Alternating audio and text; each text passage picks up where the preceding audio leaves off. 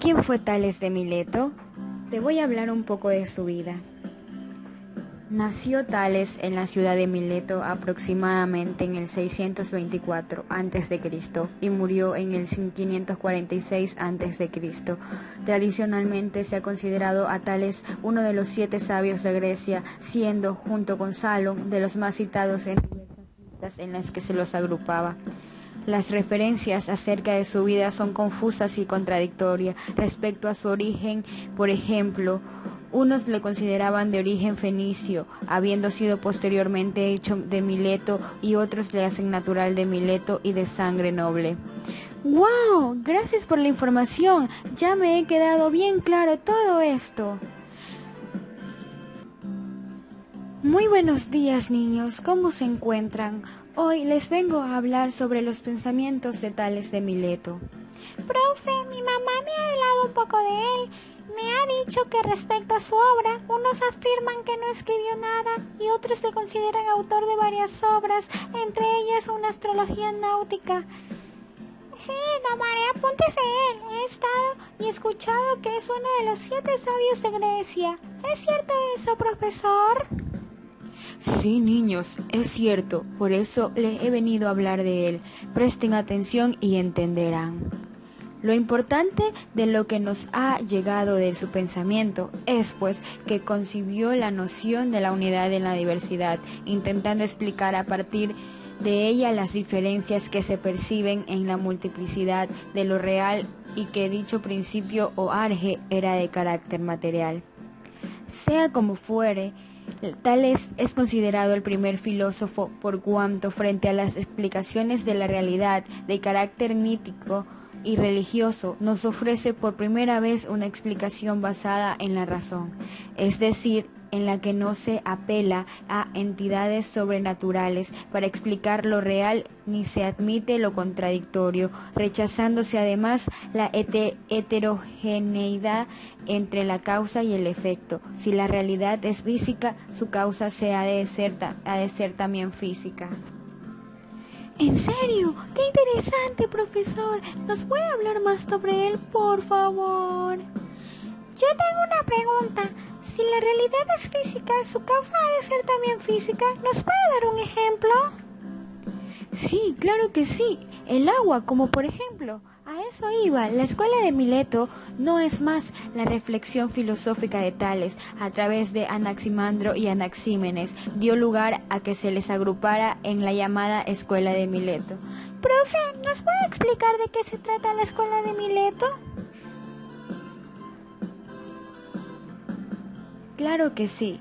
También tenemos sus principales características. En estas podríamos resumir como sigue.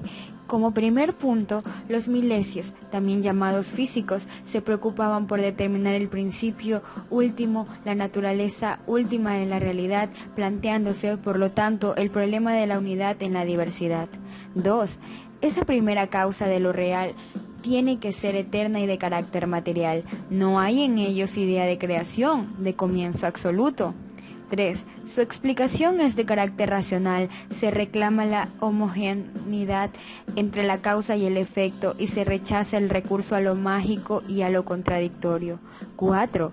¿Hay algún tipo de ley que regula el funcionamiento del universo y es posible encontrarla mediante la razón y la idea que remite, en este caso, a un principio de la unidad real? 5. Por último, no hay una distinción clara entre ciencia y filosofía, entendidos los términos en sentido actual. Me ha parecido muy importante este tema. Sí, es cierto. ¿Qué tal si nosotros buscamos más información y la difundimos a nuestros padres? ¡Claro que sí! Por supuesto, es una muy buena idea. Esa será la tarea. Hasta mañana, chicos. Pasen muy bien. Mamá, el profesor nos mandó una tarea y quiero que tú me ayudes. Es sobre Tales de Mileto, transición del mito a la ciencia y la filosofía. Está bien, hija. Está bien, Javiera. Cuando lleguemos a casa me explicas. En Tales Vemos claramente la transición desde el mito a la ciencia y la filosofía, y por ello conserva su carácter tradicional de iniciador de la filosofía griega.